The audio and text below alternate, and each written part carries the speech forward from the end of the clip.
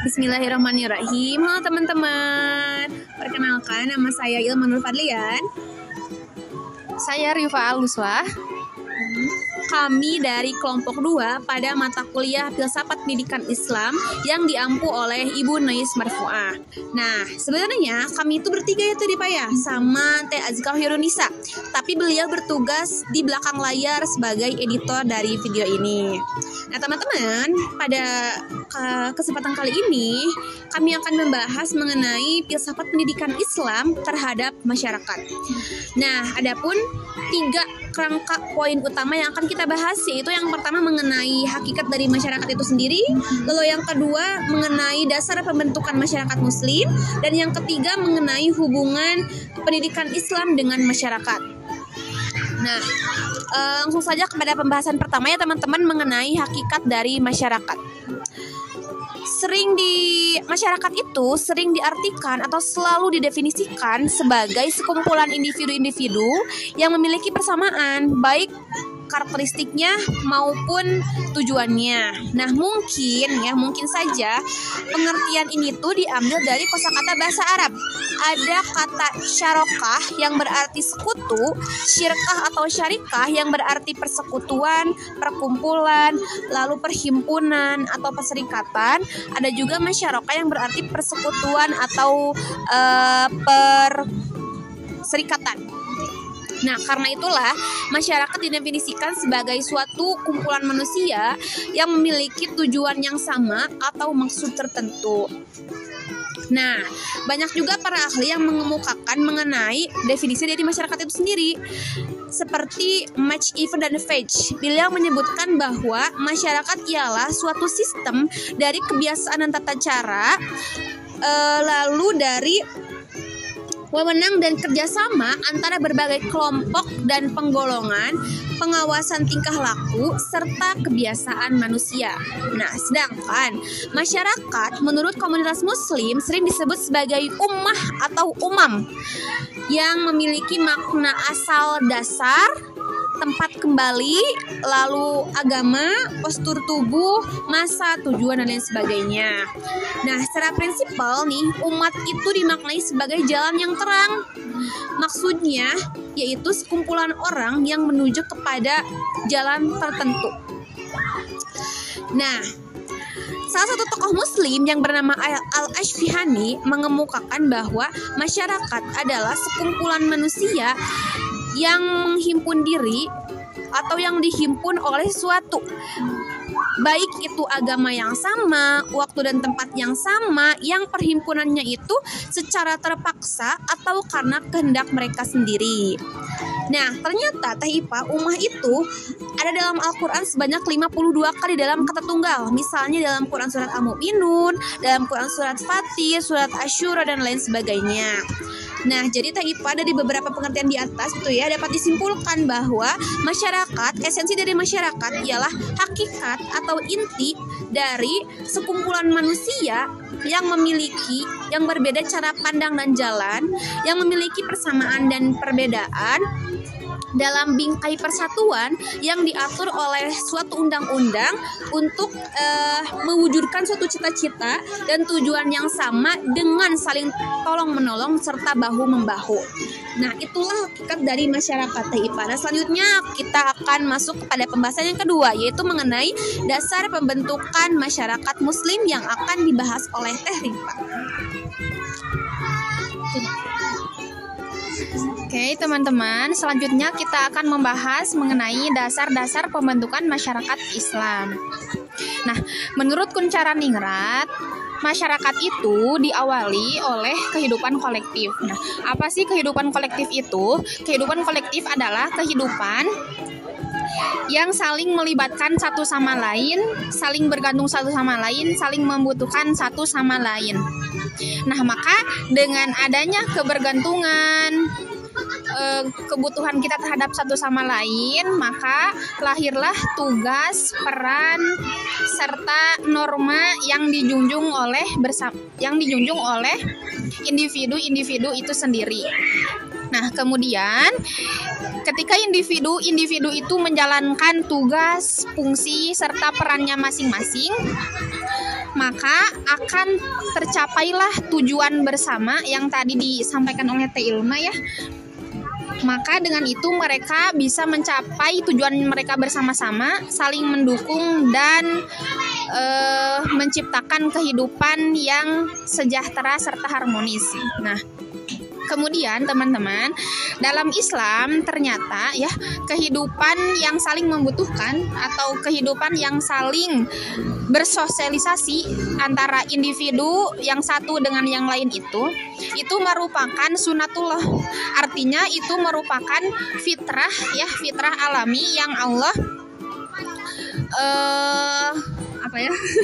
yang Allah udah ada dari sana ya? Nah, yang udah ada dari sananya gitu ya. Sebagaimana yang sudah tercantum dalam Al-Qur'an surat Al-Hujurat ayat 13 yang berbunyi a'udzubillahi minasyaitonirrajim.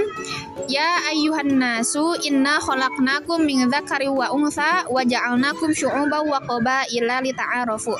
Inna akramakum indallahi atqakum.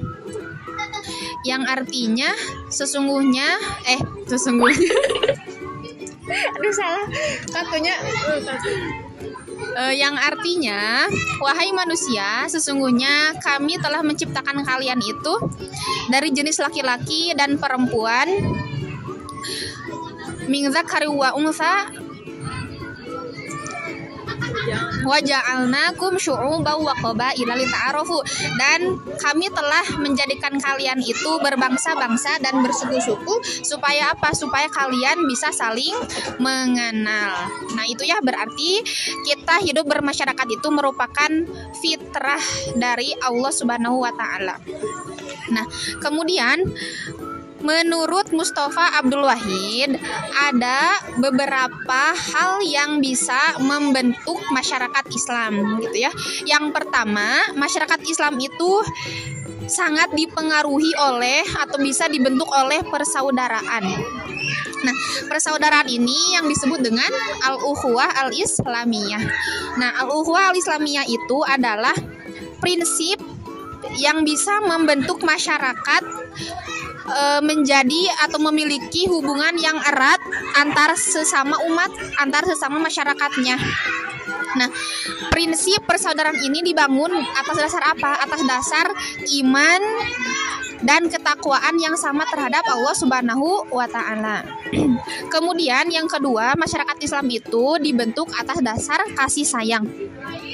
Nah, sebagaimana dalam hadis Rasulullah ya, bahwa seorang muslim itu adalah saudara bagi muslim yang lainnya. Nah, maka Islam ini adalah agama yang mengajarkan masyarakatnya atau umatnya untuk saling menyayangi satu sama lain. Dengan begitu, kehidupan masyarakat yang Islami akan tercapai gitu ya, dengan adanya kasih sayang. Kemudian yang ketiga, masyarakat Islam itu dibentuk atas dasar persamaan. Nah, persamaan ini maksudnya apa? Ialah konsep yang menekankan persamaan hak dan kewajiban atas setiap individunya gitu ya, tanpa memandang ras, suku ataupun agama gitu. Kemudian yang keempat, ada kebebasan. Kebebasan ini adalah prinsip yang mengatur moral Kebebasan ini adalah kebebasan yang diatur oleh moral dan agama. Jadi di dalam masyarakat Islam, masyarakatnya itu dibebaskan untuk berperilaku, untuk menjalankan aktivitasnya, tapi dengan syarat segala sesuatunya itu tetap dilandasi oleh aturan yang sudah ditentukan oleh agama kita gitu ya. Kemudian menurut pendapat lain, ada menurut Sayyid Ramadan Al-Buti. Nah, beliau menjelaskan salah satunya ya, bahwa masyarakat Islam itu awalnya dibentuk oleh Piagam Madinah, Teh Ilma. Nah, apa itu Piagam Madinah? Nah, Piagam Madinah merupakan dasar yang sangat penting yang menjadi awal dari pembentukan masyarakat Islam. Nah, ini disusun oleh Rasulullah Shallallahu Alaihi Wasallam pada tahun 622 Masehi. Nah, apa sih isi dari Piagam Madinah ini? Nah, Piagam Madinah ini adalah aturan yang mengatur berbagai kelompok yang ada di Madinah pada zaman dahulu, pada zaman Rasulullah, di mana dulu itu kan di Madinah tidak hanya masyarakat Islam saja. Jadi Piagam Madinah ini mengatur berbagai kelompok dari berbagai kalangan, baik itu Islam, Yahudi maupun kelompok-kelompok yang lainnya. Nah, kenapa Piagam Madinah menjadi dasar bagi pembentuk masyarakat Islam? Nah, karena yang pertama, Piagam Madinah itu mengatur berbagai kelompok untuk bisa hidup dalam satu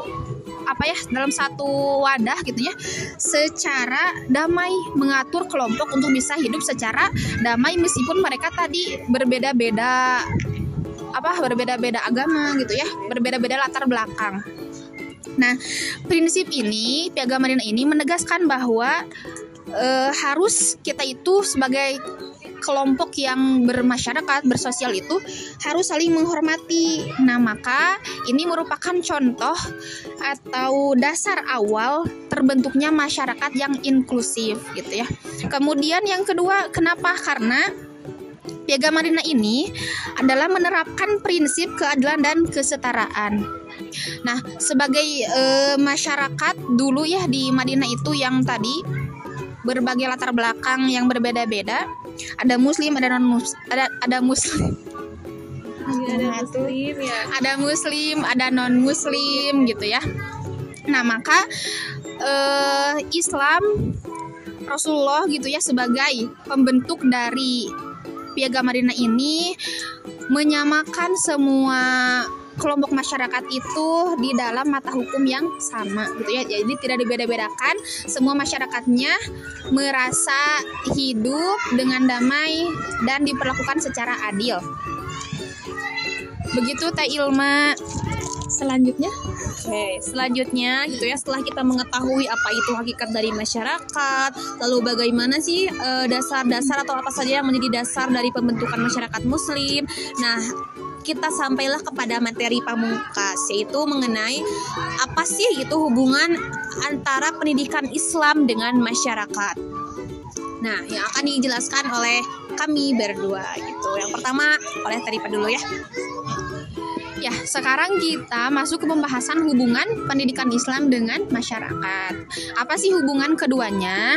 Jadi, yang pertama, pendidikan Islam itu merupakan wadah yang bisa mewadahi hasrat dan kebutuhan manusia dalam rangka menciptakan masyarakat yang harmonis, damai, dan makmur.